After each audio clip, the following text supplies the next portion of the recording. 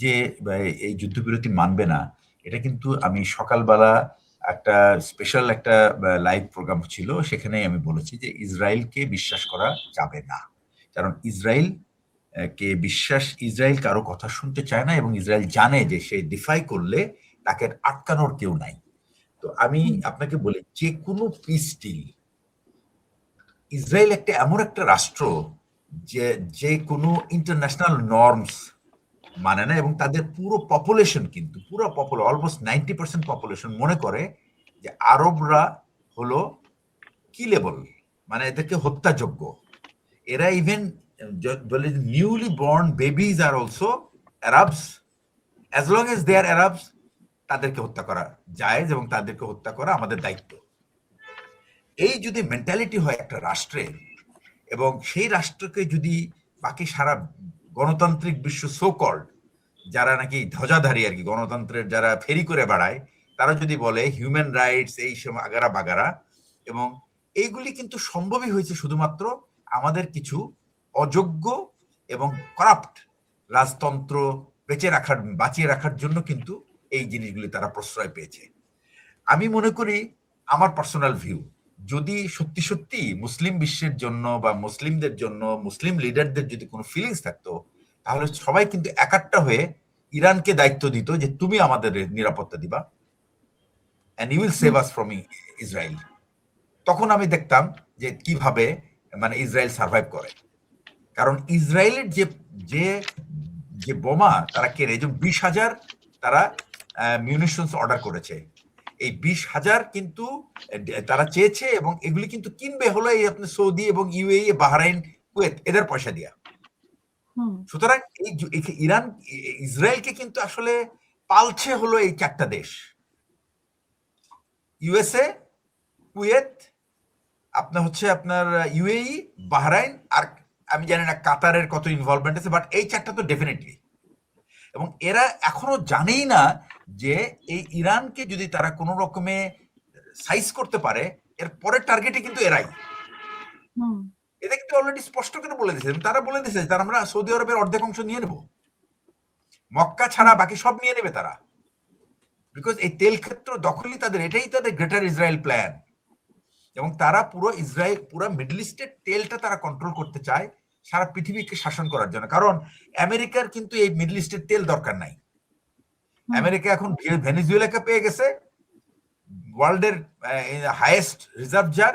সুতরাং তারা এখন নতুন রিফাইনারি রেডি করবে, এবং আমেরিকা ওখান থেকে নেক্সট 40-50 ইয়ার্স আরামসে থাকতে পারবে, তাদের তো রিজার্ভ আছেই। But it is not enough. আমেরিকার যেটা যেটা strategic reserve, it's not enough. এরা 27-28 বিলিয়ন ব্যারেল, যেখানে আপনার ভেনেজুয়েলার হলো 300 বিলিয়ন, 303 বা 304 বিলিয়ন, আর হলো সৌদি আরব হলো 268, আর হলো ইরানের হলো 208 বিলিয়ন। তার মানে ইরান হলো থার্ড লার্জেস্ট। তাহলে চিন্তা করেন আপনি, 263, তারপরে এখানে 200+, এরপরে হচ্ছে ইরাক সেকেন্ড, ফোর্থ হচ্ছে ইরাক, আর কুয়েত যদি মিলে এই পুরোটা যদি সে নিয়ন্ত্রণ করতে পারে, সারা বিশ্বের তেল তো সে কন্ট্রোল করবে। হুম, তো সে তখন ইউএসএ কেও পাত্তা দিবে না। এই জন্যই তো ইউএসএ কে পাত্তা দেয় না তারা। এই জন্য ইউরোপ বলে যে they are doing the dirty job for us, and they are happy with that. তো আমার কথা হচ্ছে যে এই মুসলমানদের আসলে যা হচ্ছে, এটা কিন্তু এই পিস ডিল যদি ইসরায়েলকে যদি আপনি মানে কঠিন শাসনের মধ্যে না আনতে পারেন, তাহলে এই মিডল ইস্টে জীবনেও কোনোদিন শান্তি আসবে না, জীবনেও না। সুতরাং হুম, আপনাকে ঠিক করতে হবে আগে যে আপনি এই মানে অশান্তির হোতাটা কারা। এটা ইভেন আমেরিকাতে, যেমন আজকে আমি একটা ডিডিএন বলে একটা আছে আপনার চ্যানেল আছে, আমি সেখানে একজন জার্নালিস্ট প্লাস ফিল্ম মেকার, আমি নামটা ভুলে গেছি, আহ, আমি সেভ করে রাখছি আর কি। সে বলছে যে এই একটা দেশ বলে, আমি নিজে একজন আমেরিকান, আমি গিয়ে যখন আমি একটা সার্ভে চালালাম, এবং আমি দেখলাম যে দেশের প্রত্যেকটা মানুষ হলো, তারা হলো এই দেশটার জন্ম হয়েছে আপনার সেকেন্ড ওয়ার্ল্ড ওয়ারের পরে, ইউনো হচ্ছে নুরেমবার্গে যে আপনার ম্যাস কিলিং হয়েছে সেটার মধ্যে, কিন্তু তারাই এখন ম্যাস কিলার হয়ে গেছে। They have forgotten their hmm, past. তারা তাদের অতীত ভুলে গেছে, এবং তারা এখন একই কাজ করে যাচ্ছে, এবং তারা মনে করে যে তারা এখন একটা এমন পর্যায়ে গেছে যে তাদেরকে আটকানোর মতো আর কেউ নাই। তখন হিটলারকে আটকানোর মতো অনেকেই ছিল, বাট এখনকার ইসরায়েলের যে ক্ষমতা, তাকে মানে ধরে রাখার ক্ষমতা কারো নাই, কারণ তার কাছে নিউক্লিয়ার বম আছে। এটাই একমাত্র তার।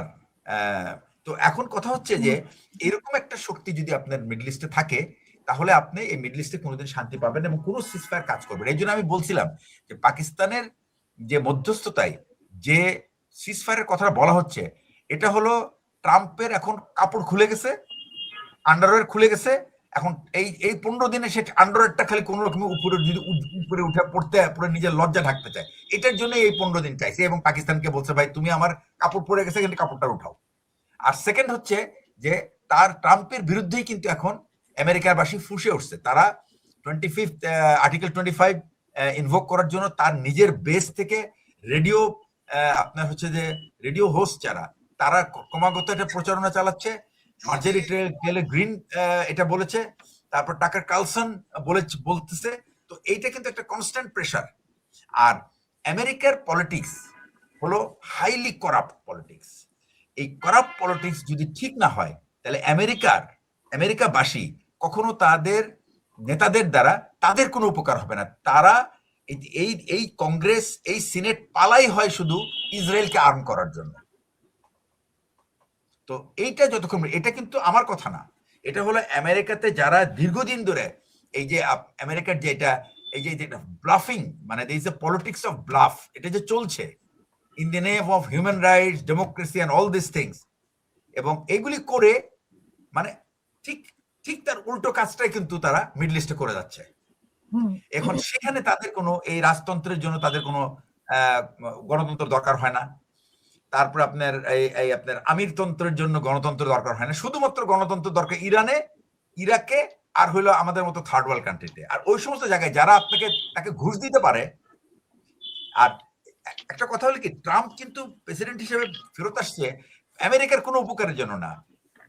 হি হ্যাজ কাম টু লুট ট্রেজারি, মানে ইউএস ট্রেজারিকে লুট করার জন্য আসছে, এবং এটা লুট করবে। এই যে আপনার $1.5 ট্রিলিয়ন, এই $1.5 ট্রিলিয়ন দিয়ে মিলিটারি কিছু পাবে না, যে কন্ট্রাক্টররা পাবে। It's going to go with them. তো আলটিমেটলি কি হবে, এই মিলিটারি ফাইট করবে কার জন্য? ইসরায়েলের জন্য কিন্তু এই যুদ্ধটা করছে। এবং এটার জন্য কিন্তু আমেরিকার ইন্টারনাল পলিটিক্সে একটা, বিশেষ করে মিলিটারিতে একটা there will be a serious debate. আমি জানি তুমি আপনি তো চাকরি করছেন ফরিদ ভাই, আপনি জানেন যে আমেরিকান মিলিটারি কিন্তু তারা যখন ইন্টারনাল ডিবেট করে তখন কিন্তু তারা কাউকে ছেড়ে যায় না। They don't revolt, but they keep talking about it. এবং রিটায়ার্ড কমিউনিটি যারা, তারা কিন্তু they will be absolutely ruthless. আর আমেরিকাতে একটা সুবিধা হলো যে আপনি সিভিয়ার ক্রিটিসিজম করতে পারেন।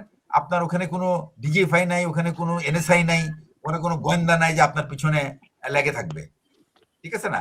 আমেরিকার হিস্ট্রিতে কম সংখ্যক মিলিটারি জেনারেলদেরকে আপনার তাদের সিকিউরিটি ক্লিয়ারেন্সকে রিভোক করা হয়েছে। তার মধ্যে একটা ছিল মিলি, জেনারেল মিলির সিকিউরিটি ক্লিয়ারেন্স আপনার রিভোক করা হয়েছে, বিকজ সে ট্রাম্পের এগেনস্টে যথেষ্ট শক্ত বক্তৃতা রেখেছে। সো সে এসেই কি করছে, সেকেন্ড টার্মে এসেই প্রথমে কাজটা করছে হলো তার সিকিউরিটি ক্লিয়ারেন্স। আমেরিকার যারা বিশেষ করে জয়েন্ট চিফ অফ স্টাফ এবং চিফ অফ স্টাফ থাকে, 3 স্টার, বিশেষ করে যারা কমান্ডে থাকে, 7টা কমান্ড আছে, কমান্ডের যারা থাকে তারা কিন্তু all of them are having security clearance, means that they have the access to confidential document, particularly when there is a necessity of, মানে রাষ্ট্রের যখন প্রয়োজন হবে তখন তাদেরকে ডাকা হয় এই সমস্ত বিষয়ের উপরে ডেলিবারেট করার জন্য বা অ্যানালাইসিস দেওয়ার জন্য, তাদের ফিডব্যাক দেওয়া, তাদের আন্ডারস্ট্যান্ডিং কি, তাদের অ্যাসেসমেন্ট কি, এটা বলার জন্য। তো এই লোকগুলি যাদের নাকি সিকিউরিটি ক্লিয়ারেন্স থাকবে না, তারা এই সুযোগটা পাবে না। তা আবার যখন ডেমোক্রেটরা আসবে, এটা নিশ্চয়ই আবার ঠিকঠাক হয়ে যাবে। আমি জানি এটা অনেকটা আমাদের দেশের মতোই আর কি, কিছু কিছু ব্যাপারে। আমি শিওর শাহিন নিশ্চয়ই মনে মনে হাসতেছে যে এই সিকিউরিটি ক্লিয়ারেন্সের এটা আমাদের এখানেও আছে। তো ব্যাপারটা হচ্ছে কি যে আমাদের দেশে ইসরায়েল, আমি ইসরায়েলকে যদি আপনি নিয়ন্ত্রণ না করতে পারেন, মিডল ইস্টে কোনো শান্তি আসবে না। রাজতন্ত্র ঘুষ দিতেই থাকবে ট্রাম্পের মতো শাসকদেরকে। এবং এই 40 বছর পরে একটা শাসক পেয়েছিল যাকে দিয়ে ইসরায়েল, ইউএস দেশের ইমেজ নষ্ট করেছে। একটা এত বড় একটা পাওয়ারফুল সেনাবাহিনীর যে তার যে কি দুরবস্থা, সেটা প্রমাণ করতে পেরেছে। এবং ট্রাম্প এই যে ইউএস আর্মির যে দুর্বলতা, এটা সারা বিশ্বের কাছে সে এক্সপোজ করছে। এখন কিন্তু রাশিয়া এবং চায়না জানে যে আমেরিকার মিলিটারি পাওয়ারের দৌড় কতটুকু, এবং তারা খুব ভালো করে জানে যে কোথায় কি তাকে করতে হবে। এখন তারা কিন্তু এতদিন তারা জানতো না। তো এই যুদ্ধ কিন্তু আসলে তাদেরকে একটা অ্যাসেসমেন্ট দিয়েছে, প্র্যাকটিক্যাল অ্যাসেসমেন্ট। এতদিন যা ছিল সেগুলো থিওরিটিক্যাল, এখন তারা জেনেছে অ্যাকচুয়াল সমস্যাটা কোথায়। তো এই অসংখ্য ভাবে চলতে অসংখ্য ধন্যবাদ। এটা জি। হবে না।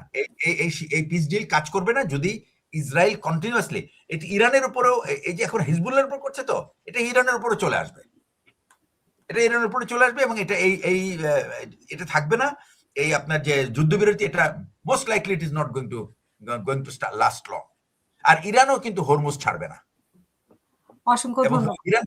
ইরানকে সরানোর মতো, হরমুজ থেকে সরানোর মতো ক্ষমতা ট্রাম্পের নাই, দ্যাটস ফর শিওর, সে যতই বলুক না কেন।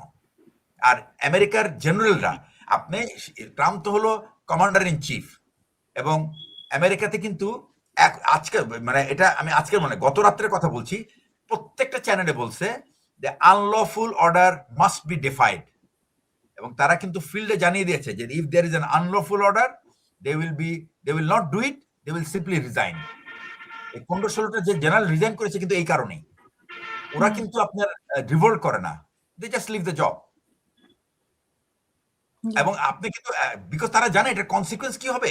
এরা কিন্তু হবে, এটা যুক্তরাষ্ট্রে কিন্তু ইন্টারনাল ট্রায়াল হবে এদের, কারণ এরা যদি ইন্টারন্যাশনাল কোনো এরকম ক্রাইমস এগেনস্ট হিউম্যানিটি করে, তাহলে এই ট্রায়াল ওই ইন্টারন্যাশনাল কোর্টে যেতে হবে না, যুক্তরাষ্ট্র কোর্টই তাকে ট্রায়াল করবে।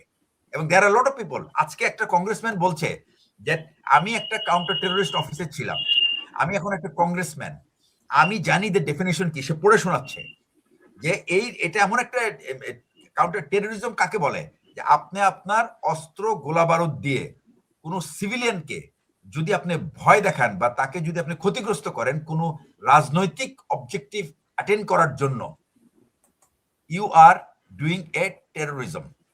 এন্ড কে করছে এটা? বলছে যে ওই স্কুলের কথা বলছে, সেই স্কুলে কে বম মেরেছে? ইউএস নেভির টমাহক বম মেরেছে। টমাহক মিসাইল এমন একটা মিসাইল, এটা সেলফলি, মানে সেলফ অ্যাসেসিং টার্গেটকে অ্যাসেস করতে পারে, লোকেট করতে পারে, এবং তারা কিন্তু ডিফারেন্সিয়েট করতে পারে। তো এইরকম একটা সবচেয়ে মডার্ন একটা মিউনিশন দিয়ে আপনি একটা স্কুলে হামলা করলেন জেনে শুনে, এটা একটা মানে ক্রাইম এগেইনস্ট হিউম্যানিটি, এবং এটার জন্য এই অফিসারদেরকে কিন্তু কোর্টে দাঁড়াতে হবে, এবং দে উইল হ্যাভ জেল। আমি আপনাকে বলি কি, আজকে না হলো, এটা 2-4 বছরের মধ্যে এটা কিন্তু হবে।